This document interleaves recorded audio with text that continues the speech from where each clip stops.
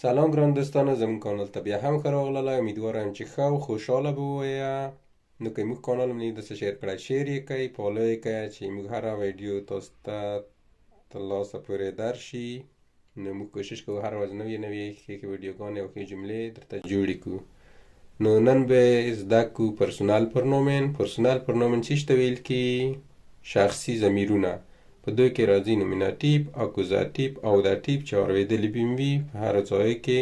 نو نن به مشخص کړو چې دا کوم ځای کې استفاده کیږي. نومیناتیو استفاده کیږي ایخ یعنی زه، تو یعنی ته، ای زی اس یعنی اغا، ویا یعنی موږه، ایا یعنی اغا چې دوه درې څلور نفر ته ویل کیږي. زی یعنی هغه ته ویل کیږي چې محترمانه وي یا نه وي ورسوینه. اوس راځو اکوزاتیو ته چې اکوزاتیو سره کوم استفاده کیږي. میخ یعنی زه، تیخ یعنی ته، این، زی اس یعنی اغا چې هغه شیانو ته استفاده کیږي، یعنی میز ته، چوکۍ ته چې بې جانه وي یعنی نفس ونه لري. اونس موږه، آی یعنی هغه ډیرو نفر ته استفاده کیږي. زی یعنی هغه نفر ته چې ناآشنا ښکاري ورسره یا نه وي ورسره لیدلي یا معلم یا بل چا سره. اوس راځو داتیو ته. داتیو څه شی او څه شته ویل کیږي.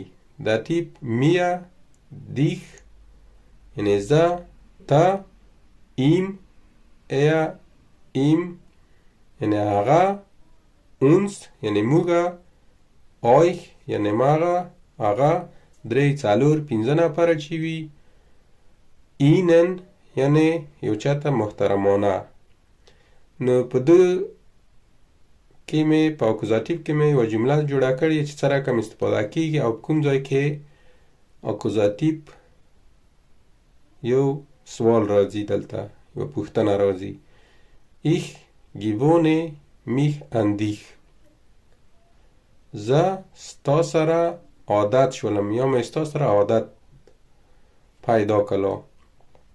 دلته په اکوزاتیو کې راغلی میخ یا دیخ او په داتیو کې یو پوښتنه دس گپلت میا زیا، دا زما ډیر خوښیږي.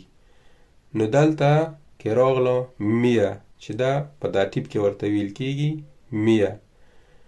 نو دا و زموږ ویډیو لنډه